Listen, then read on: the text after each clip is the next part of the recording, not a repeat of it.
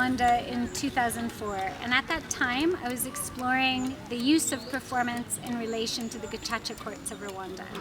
And what I was interested in was how performance was used for perpetrators, survivors, and the community at large to create a different kind of space for people to live together after the aftermath of genocide. And the artists who were in these grassroots associations often said that when they sing, when they dance, when they play with one another, that they often forget that, as an example, the perpetrator in the association with a survivor, she would forget that he had killed her children. I always thought this was an extraordinary statement. And throughout my research, I encountered a number of these grassroots organizations who seemed to use theater as a way to not only rebuild their relationships, but to create a new kind of community, a new kind of culture that was based on expressing themselves through the arts.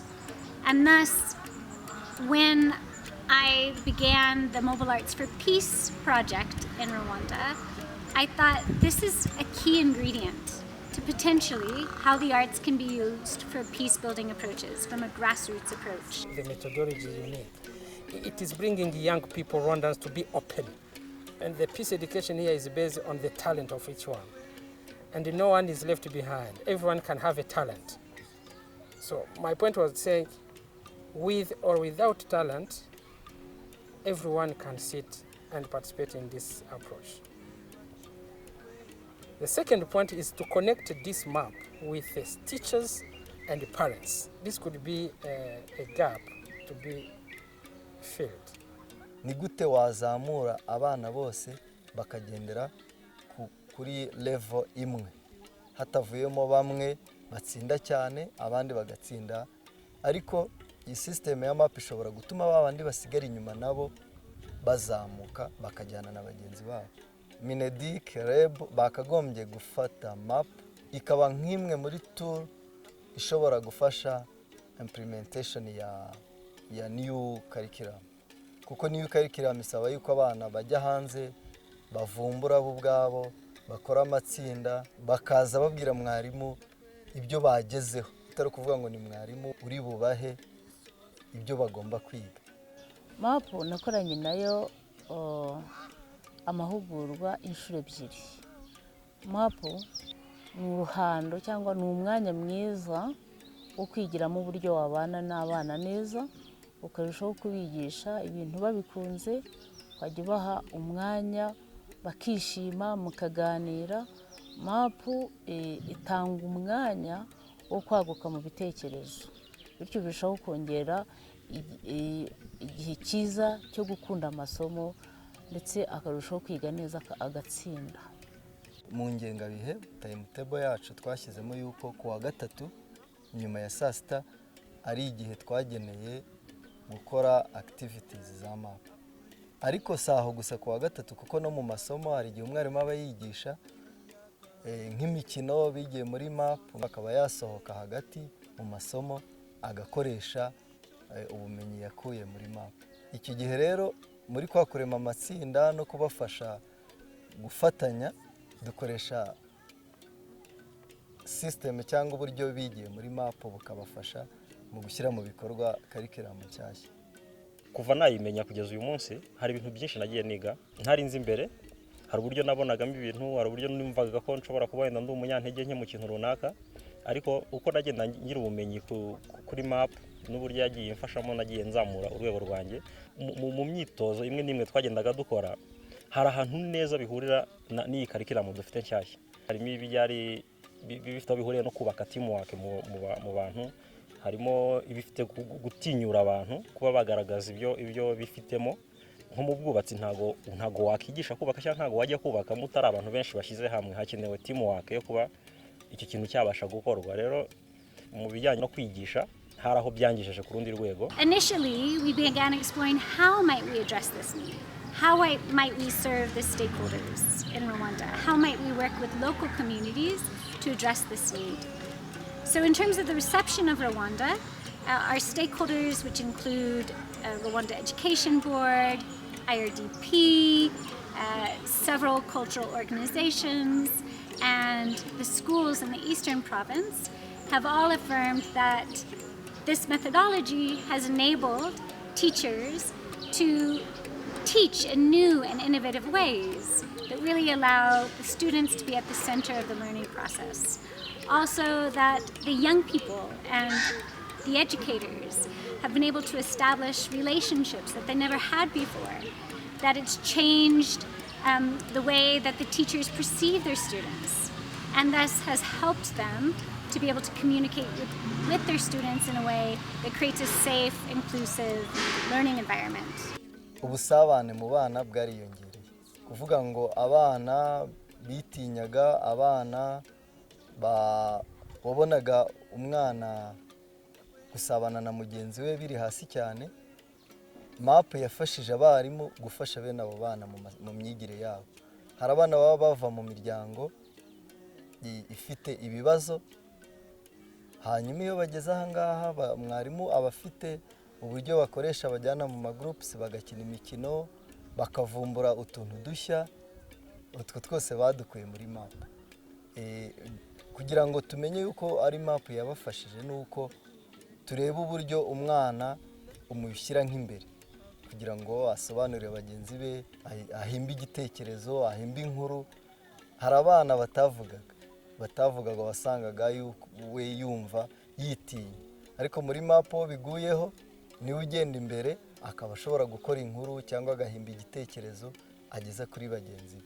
Ibyo ngibyo rero mbere tutarazana MAP mu kigo cyacu, ibyo byaratugoraga cyane kugira ngo umenye umwana runaka impano imurimo cyangwa ikibazo afite mu myigire ye. Nuko nguko MAP yagiye idufasha kandi turibaze yuko izakomeza kudufasha. Bakidusaba abana twumvaga ari ibindi bintu tutazi n'ibyo ari byo, ariko tukumva nk'uko abana baba ku kigo biga, tukumva wenda ni inyigisho z'abarimu babo wenda bagenda babaha, ariko tutarabireba ntabwo twari twakamenya ibyo ari byo. Ariko uko umwana yagendaga ava muri izo nyigisho yazaga atubwira ibyo biga, amahoro, ibintu by'ubugeni. Nkatwe ababyeyi ikintu twafatagamo kimwe gikomeye cyane nuko twumvaga ari ibintu by'amahoro. Ahatari amahoro nta cyagenda. Urugo iyo rufite amahoro ibintu biratungana, igihugu iyo gifite amahoro ibintu biratungana. Mobile Arts for Peace. The main word here is peace. And once you have peace in your mind, you're able to think probably outside the box, as they say. During the workshops, a number of people, especially the students in the secondary and primary schools, were able to discover their talents. It's because MAP created that platform of peace, or an environment where each child was free to do whatever they want to do. And no matter how small it was, no matter how huge it was, they felt so comfortable doing it, and they felt that they could do it passionately. So MAP creates that environment, and the environment of peace helped these students discover things that they had not known that they could do before. MAP is trying to mold industrious thinkers with clean, healthy bodies, so that as they approach their future with confidence, they approach their future with trust and self-esteem, and of course with good grades. That is where we're talking about education development. If such an environment is not created, books will just be books because they are sent to school. But at the end of the day, they will not come back to the society as people that are of impact in the society. And that is why MAP has become a very effective initiative, because it helps to prepare these kids for their future, which will not be determined by what grade they get in school, but what they can do with the grades that they get in school. Nize kwigirira icyizere, kuvuga icyo ntekereza kuko gishobora kugira abandi umumaro, niga gukora inkuru, niga gukora ibyivugo, niga imikino myinshi, niga kuvugira mu ruhame, ni byinshi nize. Ni ibintu byiza cyane, MAP ifite akamaro, yongereye experience yacu nk'abanyeshuri, nka tiyatire twakinnye twabonyemo kwirinda inshuti mbi, kwirinda ibishuko, kandi tukemera icyo ababyeyi bacu baduhaye. Twari twasabye ko twazajya dukora amahugurwa kenshi kagiye gatandukanye, barareba ko twongeye tukagaruka, ni byiza, twabonye ubundi bumenyi. Amanota yacu yarazamutse, aho MAP yagiye ikoreshwa mu mashuri, ntabwo twakundaga gusinzira koko cyane mu ishuri.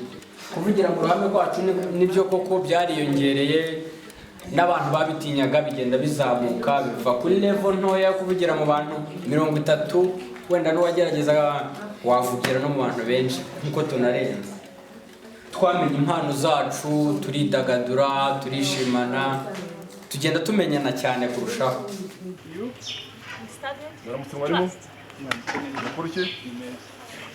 Good morning, accountant.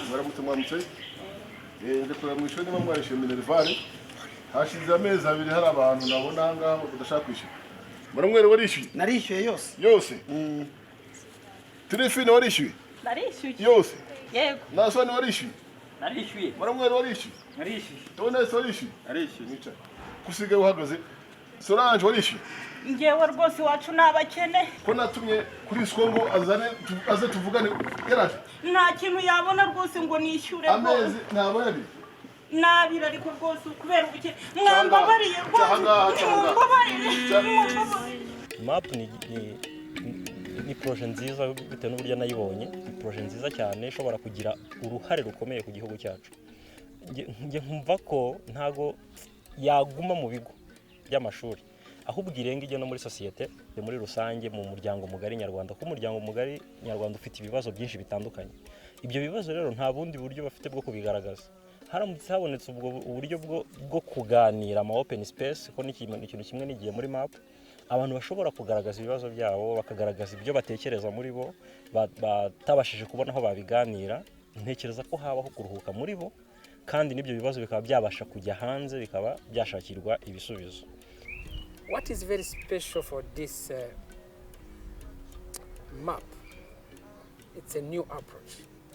What we used to do, it was not bringing out individual narratives, their own stories.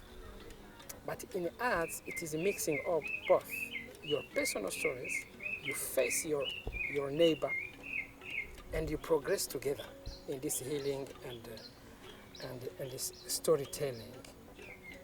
It is very well connected. So what is original in this and how the Institute will be happy really to go through for these coming years. It's working with secondary school, universities, and communities to connect our dialogue communities with this MAP, using the arts, but also bringing people really to face their own stories, but knowing about stories of others for change. This is very original compared to what we used to do. In all cases, I was working with young people and artists. And what I found is that the dynamic between working with the cultural artists to first explore what kind of cultural forms can be adapted to create dialogue from within the culture, followed by working alongside educators and young people to kind of create a culture of their own making through the art form, and negotiating how varied aspects of performance, like active listening, improvisation, trust building, and engaging in dialogue, can be used as a platform for different communities to both create images and performances that reflect their societies, but also in ways to think about change moving forward. Within all these projects, there's the building of skills in the arts, but there's also skill building in terms of critical thinking, in terms of psychosocial approaches of well-being, related to active listening, to empathy, to creating a space or environment in which people feel able to share stories in a deep and meaningful way. And also in terms of applying their story to perhaps the story of others and thinking about their story as a way to find solutions to those problems within the community. Nigiyemo ikintu gikomeye cyane cyitwa gutega amatwi, kubasha kumva umuntu ukakira uburyo yiyumva ukabasha kumufasha mu kibazo runaka afite. Ntekereza ko mbere nanjye nari mu bantu bumva ibibazo by'umuntu ariko nkagira amatsiko yo gushaka guhaza ibyiyumviro byanjye, ariko naje kubona ko ntago ari cyo cy'ingenzi kigamijwe, ahubwo ikigamijwe nuko uha umwanya urubuga umuntu kugira ngo we yirekure akubwire ikibazo afite kandi anagira uruhare mu kuba yashaka igisubizo cyacyo. Basing on some project we had in healing and peace education, two perspectives was missing. One is about psychosocial therapy or psychosocial support in those dialogue communities. You talk about sensitive issues, people are giving testimonies, people are saying how they come up from their fears and how they developed, how they are coming together with others.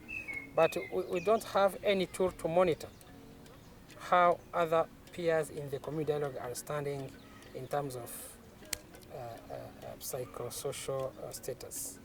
We talk, but some of us, we are still under this heavy pass.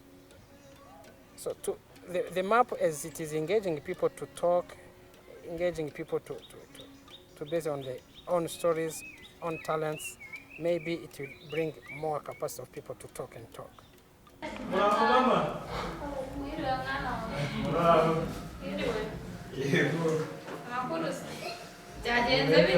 Dari igipapuro cyo muri cyo kujya kunyemera kujya muri interina bamara urukweto rwiza banga barize nta kindi ubu ngubu nabuze n'ibyo mbagaburira inzara iri aho ngaho irenda kubica mukuru wawe ararebye malariya irenda kumwitana nabuze ayo kumuvuza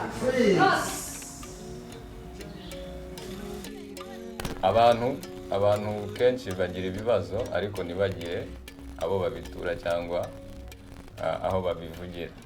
Ubundi hari uburyo dusanzwe tumenyereyemo wenda nk'ibiganiro bisanzwe wenda by'amahoro, ariko nk'ikinamico ahantu abantu bose bashobora kugira uruhare mu kinamico, bakareba ikinamico nyuma bakaza gutangaho ibitekerezo abantu bakabiganiraho. Kuri njye nasanze ari uburyo bwiza kandi bwakoroshya ibintu kuko icyo gihe muvaho ngaho mwese hari icyo mumenye.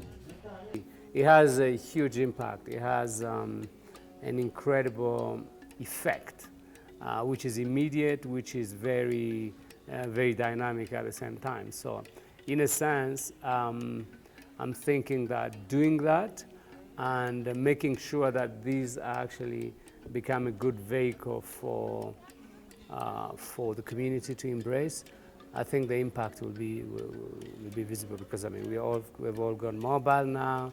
It's no longer about sitting on the tele and waiting for the program to come.